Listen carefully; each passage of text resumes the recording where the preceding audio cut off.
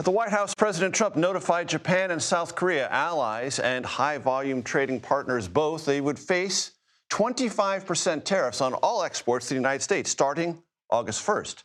They were among 14 nations that were notified of tariffs today.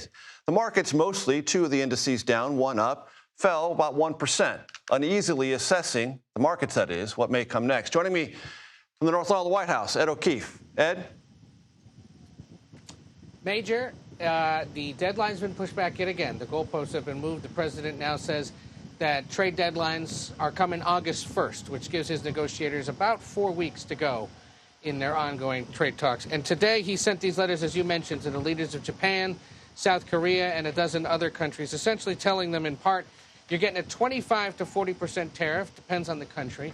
And as you're aware, there will be no tariff if companies from your country decide to build or manufacture product within the United States, and in fact will do everything possible to get approvals quickly, professionally, and routinely.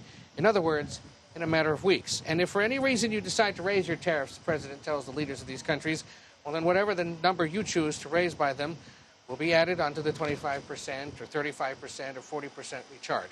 Japan, South Korea, Malaysia, Myanmar, Laos, Bosnia and Herzegovina, Tunisia, South Africa, among the countries that got letters today. We expect more in the coming days. And just to remind our audience, July 9th was the other date, and that's now been moved to August 1st. Does this indicate the deadlines will keep moving, or does this feel to you, based on your experience talking with those closest to this, Ed, that we are now getting close to a culmination of this conversation?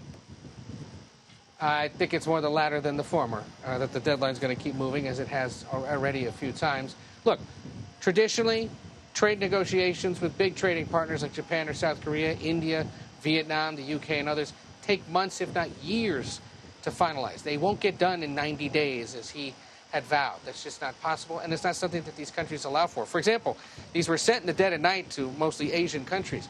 Do these leaders see these as the final offer, or do they see them as subject to negotiation? The White House hasn't signaled. So it's going to be several days, if not weeks, before they respond to this, and that may force them to have to move the deadline again. The tariff saga and the story continues. Ed O'Keefe, we appreciate it very much.